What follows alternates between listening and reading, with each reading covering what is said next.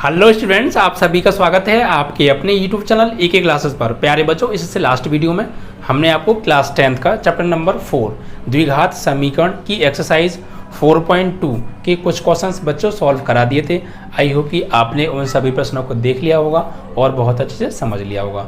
बच्चा, अगर आपने पिछले सभी चैप्टर की वीडियो को बिल्कुल शुरुआत से नहीं देखा है तो आप इस वीडियो के डिस्क्रिप्शन में जा सकते हैं और जाकर नीचे जाके तीनों चैप्टर्स का जो है लिंक पड़ा हुआ है, आप लोग जाकर देख सकते हैं। या चैनल को सब्सक्राइब करके बेल आइकन दबाकर ऑल पर क्लिक करके प्लेलिस्ट में जाकर भी देख सकते हैं। ठीक है बच्चा, पिछले सभी चैप्टर्स की वीडियो को। ठीक है बच्चा, चलिए तो आज हम आगे के क्वेश्चंस को लेते हैं और आपकी इस एक्सरसाइज को हम समाप्त भी आज कर देंगे। ओके बच्चा, चलिए तो आपका 4.2 के क्वेश्चन हमने 3 तक कंप्लीट करा दिए थे और आज आपका 4, 5 और 6 3 क्वेश्चन और बचे हैं, देन आपकी एक्सरसाइज फिनिश। अंडरस्टैंड? चलो आ जाते हैं। तो बच्चा देखिए ध्यान से पढ़िएगा, बिकॉज क्वेश्चंस जो हैं ये लैंग्वेज वाले क्वेश्चंस हैं। तो अगर आप इनको पढ़ेंगे समझते हुए वर्ड क्वेश्चन कह क्या रहा है तो फिर आप कर भी पाएंगे। बट आपको जब क्वेश्चन ही समझ में नहीं आएगा कि क्वेश्चन की लैंग्वेज क्या है, क्वेश्चन पूछ क्या रहा है हमसे, तो हम फिर आंसर क्या देंगे। तो मेन होता है क्वेश्चन पढ़ना, क्वेश्चन रीड करना बहुत ज़रूरी है, वो भी समझते हुए। ओके बच्चा, इसीलिए देखिए हम स्क्रीन पर आपको क्वेश्चन दिखा रहे हैं ना, ये इतना आसान नहीं है, ये इतना कम टाइम में, इसमें बहुत टाइम लगता है ये सब करने में, मुझे बहुत ज़्यादा मेहनत भी लगती है बच्चा। फ़ोटो खींचना, उसको क्रॉप करके फिर उसको एडिटिंग करके सारी चीज़ें करना बहुत टाइम जाता है। ठीक है, फिर भी मैं आपके लिए यहाँ पर क्वेश्चन स्क्रीन पर लगाता हूँ। क्यों? क्योंकि आप क्वेश्चन को पढ़ सकें। उसके बाद भी अगर आप क्वेश्चन को नहीं पढ़ते हैं तो आप अपने भविष्य को धोखा दे रहे हैं बच्चा। ठीक है, हम आपके साथ पूरी ईमानदारी से पढ़ा रहे हैं, पूरा मेहनत कर रहे हैं, तो आपकी भी ये जिम्मेदारी बनती है कि आप भी फिर हमारे साथ मेहनत करें। ठीक है बच्चा, चलिए क्वेश्चन को पढ़ा करो यार। तो बच्चा क्वेश्चन नंबर 4 में क्या कहा है, 2 क्रमागत धन पूर्णांक ज्ञात कीजिए जिनके वर्गों का योग 365 है। यानी ऐसे 2 धन पूर्णांक निकालने हमें, वो भी क्रमागत, यानी एक के बाद दूसरा आए। ऐसे 2 क्रमागत धन पूर्णांक बताने कि उनका अगर वर्ग कर दें और फिर जोड़ दें तो 365 आना चाहिए। एक शर्त यहाँ पर दी है कि जो हम 2 धन पूर्णांक निकालेंगे उनका वर्ग करके अगर जोड़ दें तो 365 आना चाहिए। ये कहा है प्रश्न में। ठीक है, तो चलिए अब हमें यहाँ पर वो 2 धन पूर्णांक पता तो है नहीं, वो कौन से हैं नहीं पता ना। आपको पता है? नहीं पता। तो आपको जब कुछ चीज़ नहीं पता होती है तो मैथ में हम करते क्या है बच्चा, मानते हैं। ठीक है, मान लो कुछ भी, मानने से क्या जा रहा है। ठीक है, तो यहाँ मानेंगे बच्चा। ठीक है, क्वेश्चन नंबर है आपका 4, माना 2 क्रमागत धन पूर्णांक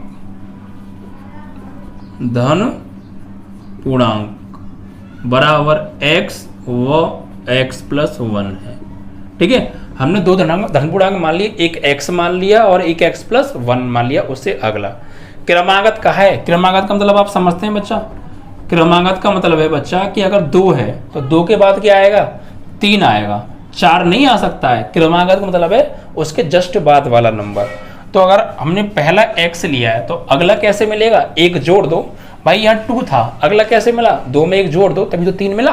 तो देन यहाँ पर भी x है तो अगला कैसे मिलेगा, 1 जोड़ दो तभी तो x+1 आएगा। ठीक है, अब प्रश्नानुसार, प्रश्न में जो शर्त कही है उसके अकॉर्डिंग आ जाओ। प्रश्नानुसार, प्रश्न में क्या कहा है बच्चा, शर्त, फर्स्ट शर्त, इस शर्त में कहा है बच्चा कि अगर इनके वर्ग की करे जाए, दोनों के, इसका भी वर्ग किया जाए और इसका भी वर्ग किया जाए और फिर इनका जो है जोड़ा जाए, गुणा किया जाए, जोड़ा जाए, योग किया जाए तो 365 आता है। ये कह रहे हैं ये प्रश्न में। ठीक है, इन दोनों का वर्ग करो तो पहले x का वर्ग करेंगे, फिर इसका वर्ग करो तो फिर इसका वर्ग करेंगे।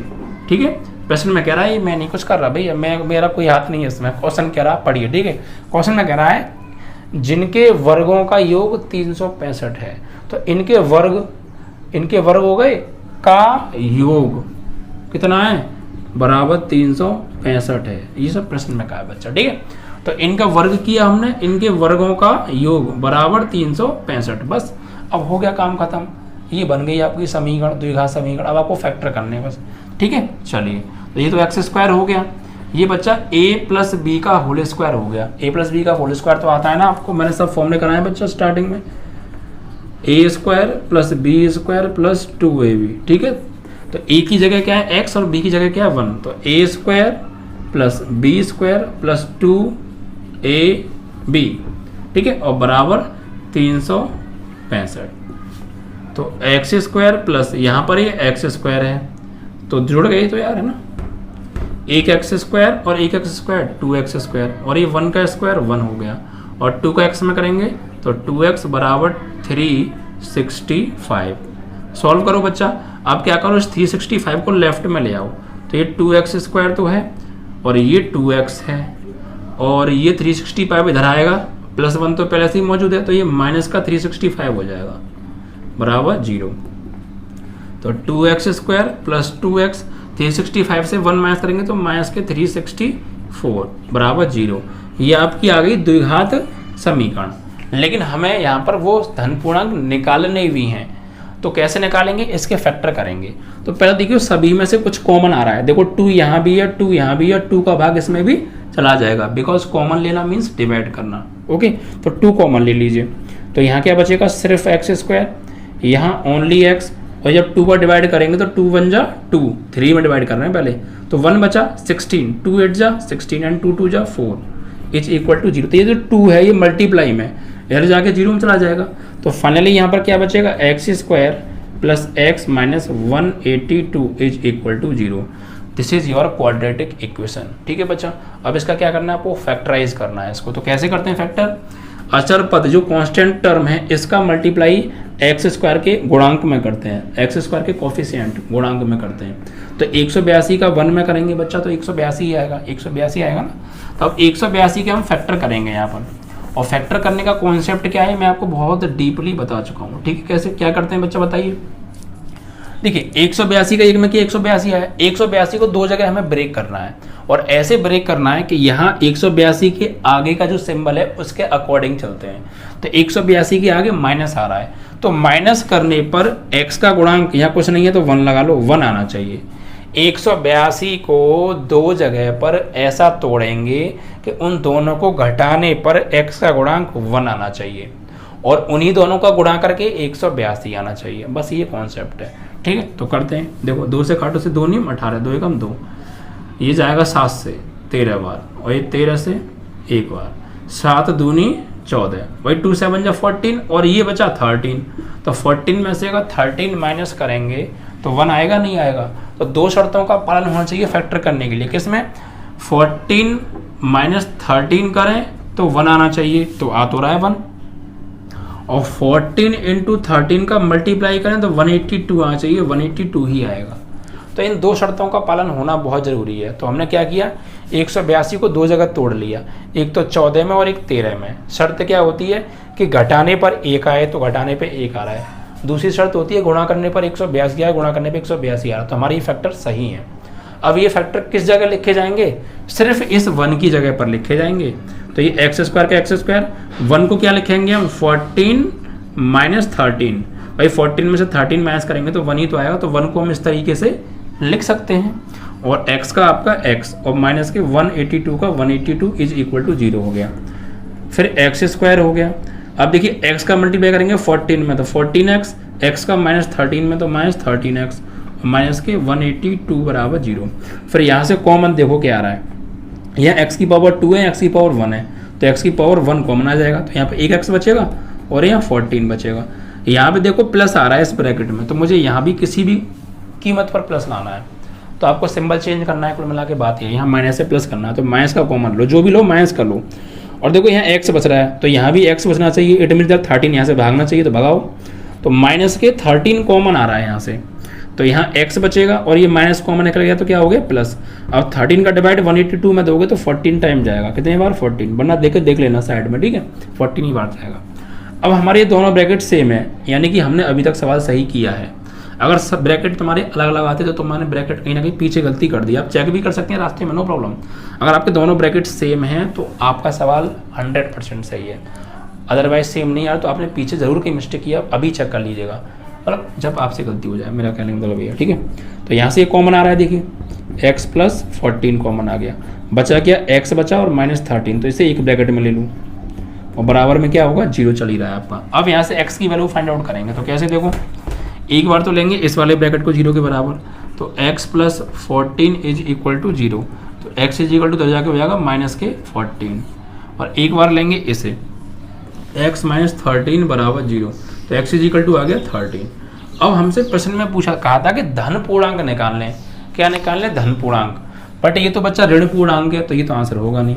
क्यों? क्योंकि धन पूर्णांक, धन मीन्स पॉजिटिव, प्लस का पूछा था, नेगेटिव नहीं पूछा था, तो नेगेटिव तो कैंसिल हो गया, तो फिर पॉजिटिव कौन सा आ रहा है? ये आ रहा, तो ये आंसर है हमारा। तो यहाँ पे प्रथम धन पूर्णांक क्या आया? प्रथम धन पूर्णांक हमने माना क्या था बच्चा? x माना था पहला, तो x आ रहा है हमारा 13, और द्वितीय दूसरा जो है द्वितीय धन पूर्णांक क्या माना था? x प्लस 1, तो x की जगह x का मान लगाओ 13 और प्लस 1 यानी कितना आ गया? 14। दोनों आपके आंसर आ गए। वो दोनों धन पूर्णांक 13 और 14 हैं।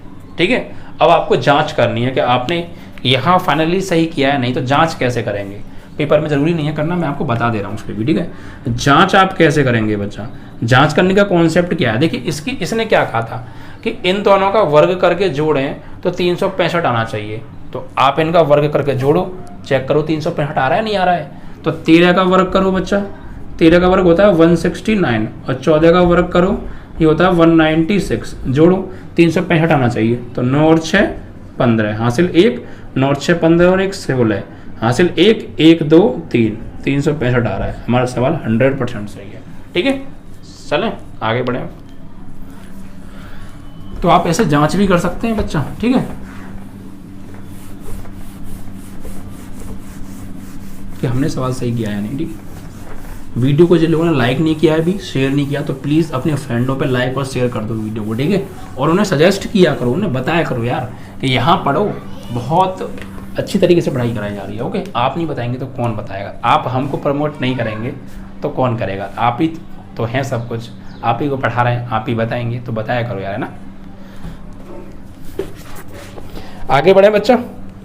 5वां सवाल बहुत अच्छा सवाल है, ध्यान से समझिएगा, बहुत इंपॉर्टेंट सवाल है और बहुत बच्चों पे आता भी नहीं, इसलिए ध्यान समझिएगा। इसमें क्या है बच्चा?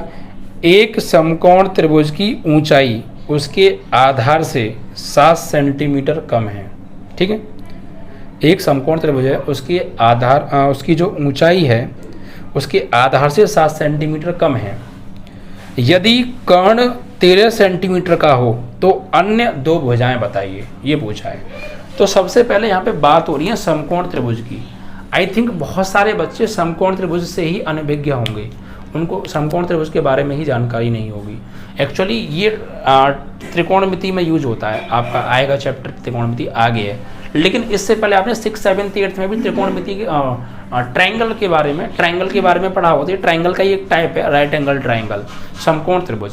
इसके बारे में मैं थोड़ा सा पहले बताता हूँ, फिर सवाल कराऊंगा। ठीक है, देखिए समकोण त्रिभुज की थोड़ा हिस्ट्री जान लेते हैं, क्योंकि नहीं पता होगी तो सवाल समझ में नहीं आएगा। समकोण त्रिभुज, ये बच्चा एक ऐसा त्रिभुज होता है जिसका कोई एक कोण 90 डिग्री का होता है और बाकी के जो दो कोण है वो न्यून कोण होते हैं। समझ में आया? ऐसा त्रिभुज जिसका कोई एक कोण 90 डिग्री का हो और शेष दो कोण हैं वो न्यून कोण हों, मतलब 0 से बड़े हों बट 90 से छोटे हों, ऐसे त्रिभुज को हम समकोण त्रिभुज बोलते हैं। या फिर हम ये भी कह सकते हैं कि यदि किसी त्रिभुज की सबसे बड़ी भुजा का वर्ग शेष दो भुजाओं के वर्गों के योग के बराबर आ जाता है तो वो एक समकोण त्रिभुज को निरूपित करता है बच्चा, वो कंडीशन जिसे हम पाइथागोरस थ्योरम के नाम से जानते हैं। तो समकोण त्रिभुज की शक्ल कैसी होती है, कैसी भी हो सकती है, मोस्टली हम ऐसा बनाते हैं। ये मान लीजिए ए और ये बी और ये सी एक समकोण त्रिभुज है, जहाँ पर हम ये आधार मानते हैं, ये लंब मानते हैं। वैसे मान इसको भी आधार सकते हैं, वो देखने के अकॉर्डिंग हो जाएगा, वो भी आगे की बात है। तो जिसमें ये तो होता है बच्चा 90 डिग्री का कोण, ठीक है, और 90 डिग्री के सामने वाली भुजा जो होती है, 90 डिग्री का कोण ये है तो इसके सामने की भुजा ये हो गई, इसे बोलते हैं बच्चा हम कर्ण, हाइपोटेनियस। इसको बोलते हैं अगर हम यहाँ से देख रहे हैं तो आधार, और ये होता है बच्चा आपका लंब। क्या? लंब। Hypotenuse, base and perpendicular, and this is your right angle. ठीक है, और finally this is your right angle triangle. Understand? ये राइट एंगल ट्राइंगल है बच्चा। ठीक है, अब इसकी शर्त क्या होती है इसमें एक थ्योरम लगती है बच्चा, पाइथागोरस थ्योरम। ये भी आपको पता होना चाहिए, अभी यूज होगी ना इसलिए कह रहा हूँ। पाइथागोरस प्रमेय, ये त्रिकोणमिति में आगे बहुत यूज है इसका, अभी से याद कीजिए। ये होती है बच्चा कर्ण का वर्ग, कर्ण का वर्ग बराबर आधार का वर्ग, ये फॉर्मूला एक तरीके से, प्लस लंब का वर्ग, ये होता है बच्चा फॉर्मूला। इसे आप शॉर्ट में ऐसे भी, के फॉर कर्ण, तो के का स्क्वायर लिख दीजिए, के मीन्स कर्ण मानेंगे हम यहाँ पे, A for Aadhaar, L for लंब, इसे आप ऐसे भी ले सकते हैं, ठीक है। के का स्क्वायर बराबर ए का स्क्वायर प्लस एल स्क्वायर, ये पाइथागोरस थ्योरम होती है। तो आपको एक तो ये फॉर्मूला याद होना चाहिए, और एक राइट एंगल ट्रायंगल की ये भुजाओं से इनका मतलब भुजाओं का ज्ञान होना चाहिए, कौन सी भुजा क्या होती है। तो 90 के सामने वाली भुजा, जो भी 90 का कोण है उसके सामने की भुजा हमेशा कर्ण होती है, और ये सबसे बड़ी भुजा होती है इस त्रिभुज की, ठीक है बच्चा। और जहाँ से आप देख रहे हैं, मान लीजिए आप यहाँ से देख रहे हैं, तो जहाँ से देख रहे हैं उसके सामने वाली भुजा हमेशा लंब होती है, और जो बची हुई तीसरी भुजा वो आधार होती है। Is that clear? और ये उसके भुजाओं में संबंध होता है। अब हम सवाल पे आराम से आ सकते हैं बच्चा, ठीक है, इतना आपको पता होना चाहिए था। अब देखिए इसमें क्या कहा है, प्रश्नानुसार 5वां प्रश्न है, एक समकोण त्रिभुज की ऊंचाई आधार से 7 सेंटीमीटर कम है। ऊंचाई आधार से, तो मैंने आपको एक बात कही थी, जिसके साथ से आए या के आए हमेशा उसको मानते हैं। तो लाइन को जरा ध्यान से पढ़िएगा प्रश्न में, एक समकोण त्रिभुज की ऊंचाई आधार से 7 अधिक है, तो आधार से अधिक है ना, तो आधार के साथ में से आ रहा है, तो आधार को मानेंगे हम, ठीक है। यह मानेंगे, माना समकोण त्रिभुज का आधार बराबर, आधार को मान लीजिए आप x, मान a भी सकते हैं बट वेरिएबल चल रहा है इसलिए x मान लेना, नो प्रॉब्लम, ठीक है। हमने आधार मान लिया x है। अब प्रश्नानुसार, प्रश्न के अनुसार क्या कहा है बच्चा, प्रश्न में कहा है कि समकोण त्रिभुज की जो ऊंचाई है, समकोण त्रिभुज की जो ऊंचाई है, बच्चा ऊंचाई को ही हम लंब बोलते हैं, ये बात ध्यान रखिएगा। ऊंचाई, ऊंचाई या लंब एक ही बात है, ऊंचाई यही तो ऊंचाई होती है, तो इसी को हम लंब बोलते हैं। तो ऊंचाई और लंब एक ही होता है, ठीक है। तो समकोण त्रिभुज की जो ऊंचाई है वो क्या है, आधार से 7 कम है, आधार से 7 कम है। फिर सुन लीजिए, सवाल को ध्यान से समझिए। समकोण त्रिभुज की जो ऊंचाई है वो ऊंचाई आधार से 7 कम है, तो कौन 7 कम है मुझे आप ये बताइए। ऊंचाई तो ये 7 कम है आधार से, ये तो कहा है ऊंचाई आधार से 7 कम है, तो ये 7 कम है और मुझे करने दोनों को बराबर, मुझे दोनों को बराबर करना है। ये 7 कम है, तो एक तरीका है इसको बराबर करने का, ये 7 कम है तो या तो इसको 7 दे दो भाई, ये 7 कम है ना, तो इसका मतलब इस पे 7 कम है, इसका मतलब उस पे 7 ज़्यादा है, तो या तो इसको 7 दे दो तो बराबर हो जाएंगे, या इससे 7 ले लो तो बराबर हो जाएंगे। ये तो बात है ना। ऊंचाई 7 सेंटीमीटर कम है, मतलब ये 7 सेंटीमीटर ज़्यादा है, तो इसमें से ज़्यादा है ना ये 7, तो 7 घटा दो इसमें से, अब तो बराबर हो गए, ठीक है। कुल मिलाकर हमें यहाँ पे बराबर करना होता है बच्चा, क्या करना होता है, बराबर। अगर आप बराबर करना सीख गए तो बात बन जाएगी, ठीक है। चलिए अब आगे बढ़ते हैं। ऊंचाई निकाल लो यहाँ से, ऊंचाई बराबर क्या हो जाएगा बच्चा, आधार, आधार क्या माना था हमने, x और -7, तो फाइनली जो ऊंचाई है इसकी ऊंचाई आ गई x - 7, समीकरण नंबर 1।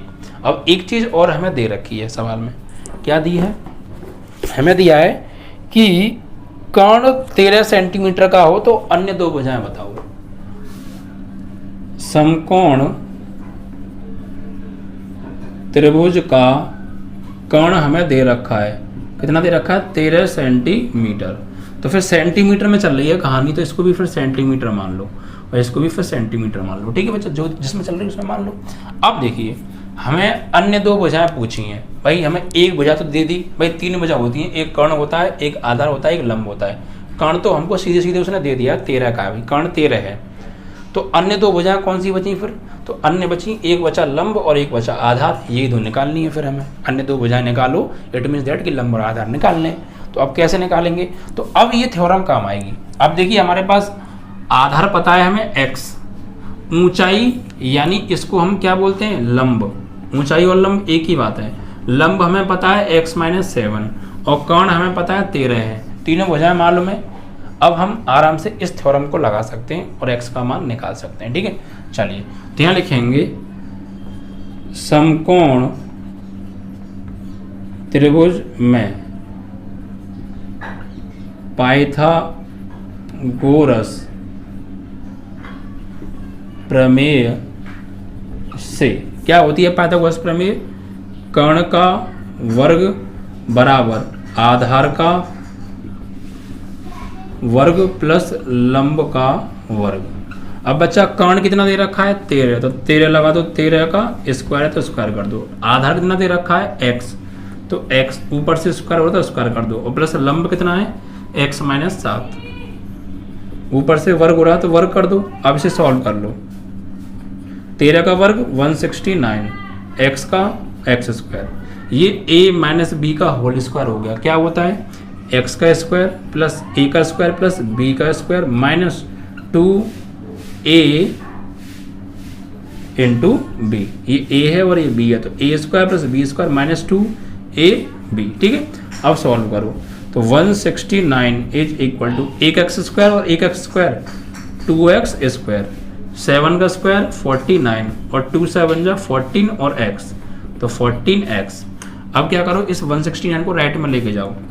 तो बच्चा यहाँ पे 2x स्क्वायर तो है और माइनस के 14x को लिख लो पहले, और ये प्लस के 49। जब ये 169 राइट में जाएगा तो माइनस का 169 हो जाएगा और बराबर में क्या बचेंगे? 0। अब यहाँ से देखो 2x स्क्वायर और माइनस के 14x तो ऐसे ही रहेगा। 169 में से 49 माइनस कर दो तो कितने बचेंगे? देखो 9 से 9 जाएगा 0, 6 से 4 जाएगा 2 और 1 का 1, और माइनस के बढ़े तो माइनस के बचेंगे 120, माइनस के 120 दिख तो रहा है ना आपको? तो इतना आ गया। अब यहाँ से हमें निकालनी है x की वैल्यू, तो अब ये हटा दें। ये बात आपको पता होनी चाहिए थी, बहुत ज़रूरी है बच्चा, तभी काम चलेगा। ठीक है, अब देखिए इसमें से सभी में से कुछ कॉमन आ रहा है, तो सब में से 2 कॉमन आ रहा है। देख लो यहाँ भी 2 है, यहाँ 2 का भाग चला जाएगा, यहाँ भी चला जाएगा, 2 कॉमन ले लो। तो यहाँ से 2 ले लिया हमने कॉमन, तो यहाँ सिर्फ क्या बचेगा? x स्क्वायर माइनस, कॉमन लेने का मतलब होता है भाग देना, तो 2 से भाग दे दो 14 में, कितनी बार जाएगा? 7 बार, 2 सत्ते 14 और x का x, और माइनस है बच्चा ना, माइनस। अब यहाँ 120 है तो 2 से भाग देंगे तो 60 बार जाएगा, या 2 छिक्के 12 है और 0 का 0 बराबर 0। तो ये 2 तो चला जाएगा 0 में, तो फाइनली बचेगा कि यहाँ x स्क्वायर माइनस के 7x माइनस के 60 बराबर 0।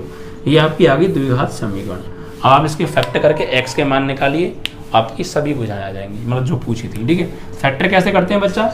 अचर पद का गुणा x स्क्वायर के गुणांक यानी 1 में, 60 एकम 60, 60 के ऐसे फैक्टर करो। यहाँ माइनस का निशान है तो माइनस करने पर 7 आना चाहिए और गुणा करने पर 60 ही आना चाहिए। तो फैक्टर कर लो 60 के, 2 से कटेगा 30 बार, 2 से कटेगा 15 बार, 2 से कटेगा 2 से नहीं 3 से कटेगा 5 बार, 5 से कटेगा 1 बार। तो घटाने बुलाना है 7 और गुणा करने पर 60, तो कोई दिक्कत नहीं है। देखो 5 तिया 15, 2 दूनी 4, नहीं होगा नहीं, हाँ 2 दूनी 4, 4 तिया 12, यस। देखो 2 का गुणा करेंगे 2 में 4 और 4 तिया 12, इतना तो हो गया 12, और बचा क्या फिर आपका 5, तो -5। 12 में से 5 घटाएंगे तो 7 आएगा, और 12 में 5 का गुणा करेंगे तो 60 आएगा। भाई थोड़ा दिमाग तो लगाना पड़ेगा आपको। ये जो अभाज्य गुणनखंड हुए हैं इन्हीं से मिल के फैक्टर होंगे, एक भी छूटना नहीं चाहिए। अब दिमाग लगाओ, ऐसे नहीं तो ऐसे, ऐसे नहीं तो ऐसे, जैसे दिमाग लगाओ 4-5 बार आ जाएगा। ठीक है, देखो 2 दूनी 4, 4 तिया 12, तो 12 तो हो गया ये, और 5 ये रहा, तो 12 में से 5 घटाएंगे 7 आ रहा है, और 12 में 5 का गुणा करेंगे तो 60 आ रहा है। बस बात खत्म।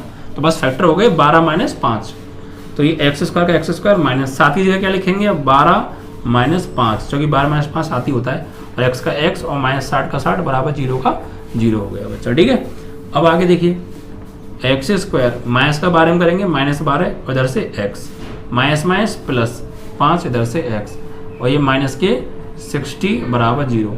यहाँ से कॉमन क्या आ रहा है बच्चा पार्टी, यहाँ से आ रहा है x, तो एक x बचा और यहाँ 12 है।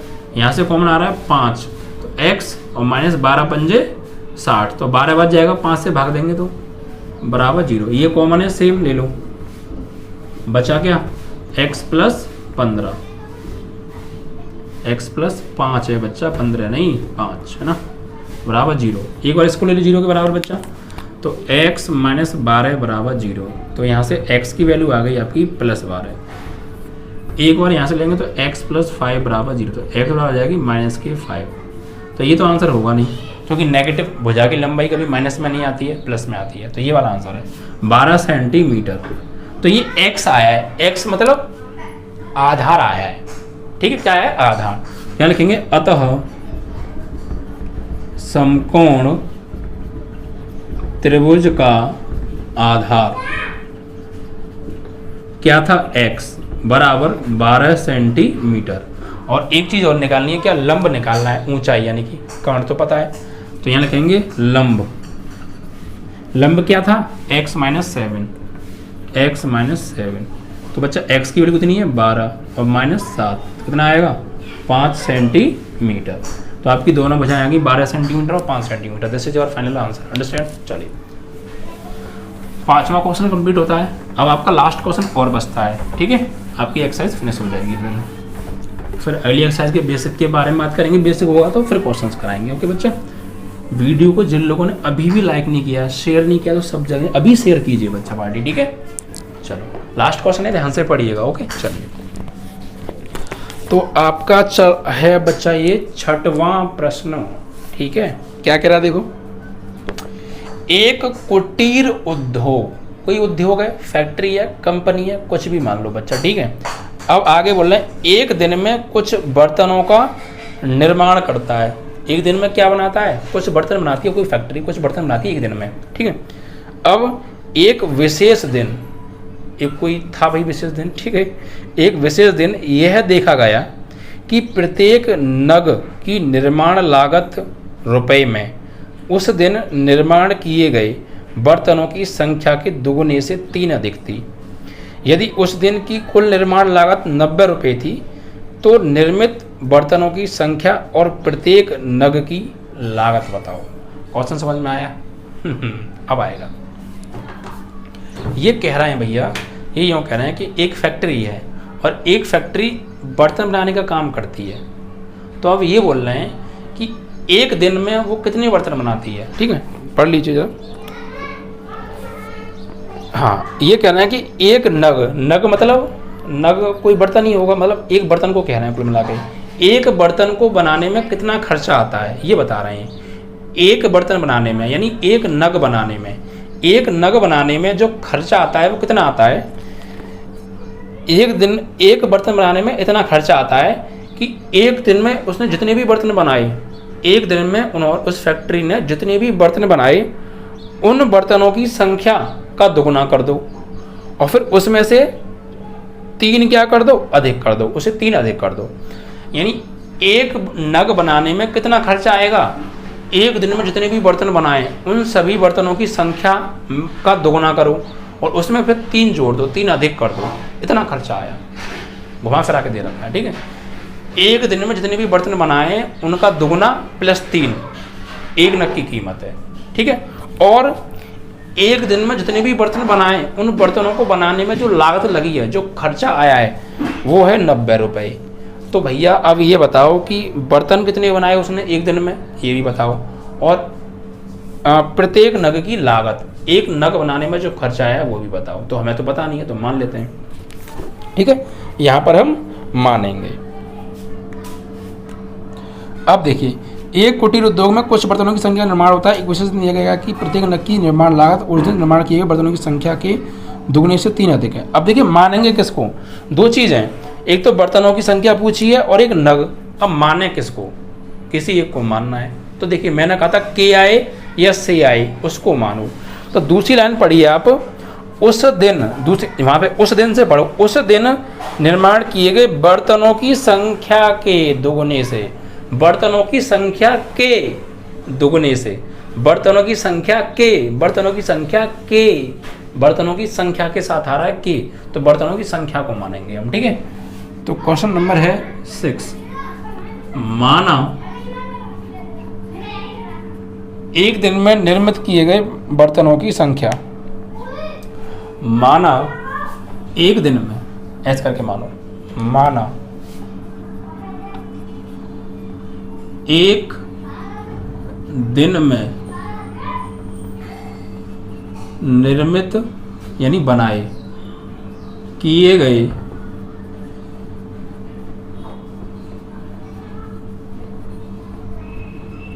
बर्तनों की संख्या, माना एक दिन में निर्मित किए गए बर्तनों की संख्या, हमने मान ली x बर्तन निर्मित किए, कितने x, एक दिन में हमने मान लिया कि उस कंपनी ने एक दिन में x बर्तन बनाए। आगे अब बोल रहे हैं प्रत्येक नग की निर्माण लागत उस दिन निर्मित किए गए बर्तनों की संख्या के दोगुने से 3 अधिक है। अब प्रत्येक नग की लागत प्रश्नानुसार, प्रश्न में कहा है ये बात, क्या कहा है कि एक नग की कीमत कितनी है, एक नग की कीमत है एक दिन में निर्मित किए गए बर्तनों की संख्या यानी x का दुगुने से 3 अधिक है। ठीक है बच्चा, ये तो करा, फिर समझ लीजिए। एक नग की जो कीमत है वो एक दिन में निर्मित किए गए बर्तनों की संख्या के दुगुने से 3 अधिक है। ये 3 अधिक है तो फिर मुझे करने दोनों बराबर, तो फिर 3 अधिक किसे करना पड़ेगा। ठीक है, ये तो कह रहे हैं, समझ लीजिए फिर से। एक नग की कीमत कितनी है, एक नग की कीमत कितनी है, एक दिन में जितने भी बर्तन बनाए उसका दोगुना, तो एक दिन में तो बर्तन उसने बनाए थे x, उसका दोगुना से 3 अधिक है एक नग की कीमत, तो 3 अधिक ये है ना, तो 3 अधिक करेंगे इससे तभी तो बराबर होगा। तो कुल मिला के यहाँ से हमें क्या मिलेगी, एक नग की कीमत मिल गई कितनी, 2 का x में करेंगे 2x + 3, इतने रुपए एक नग की कीमत है। अब आगे एक चीज और दे रखी है, उस दिन कुल निर्माण लागत 90 रुपए थी। उस दिन,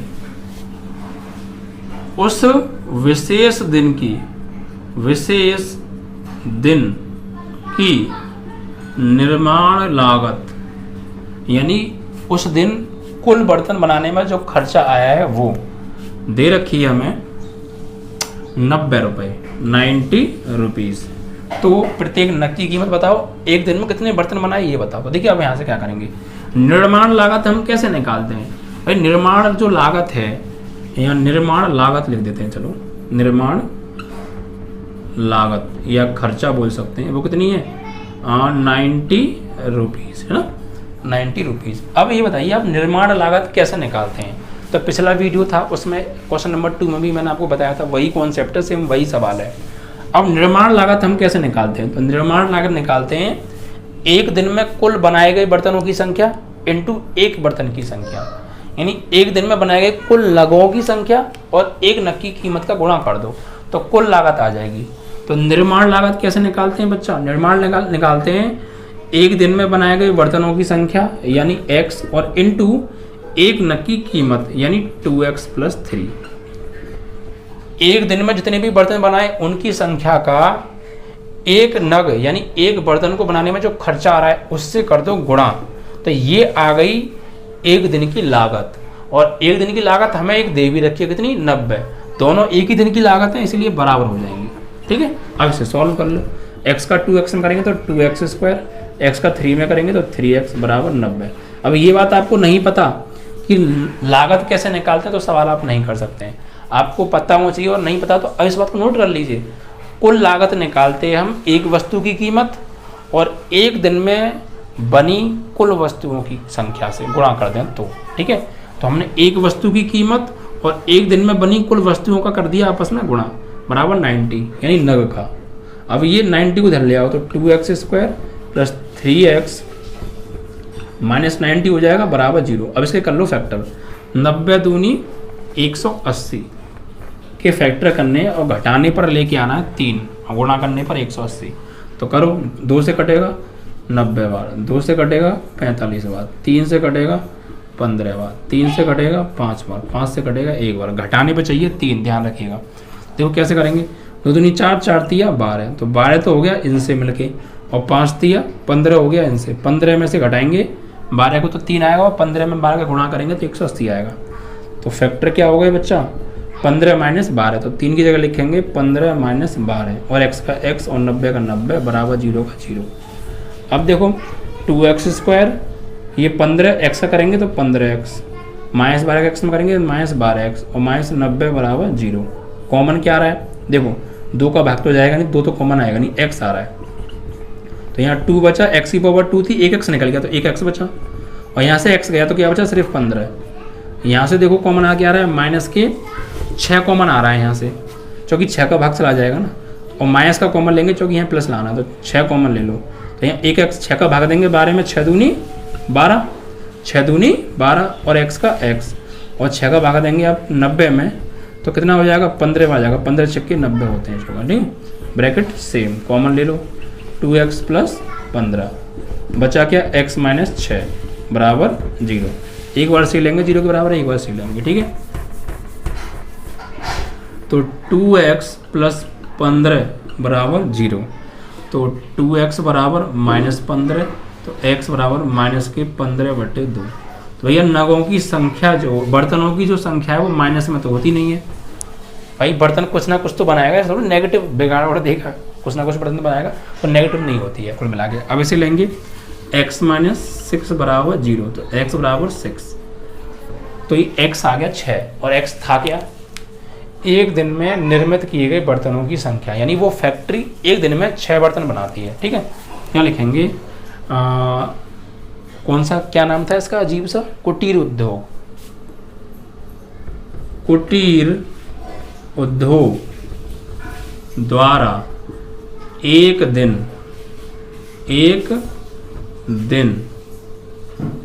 में निर्मित किए बर्तनों की संख्या हमने मानी थी x, और x की वैल्यू आ रही है 6, तो 6 उसने बर्तन बनाए एक दिन में।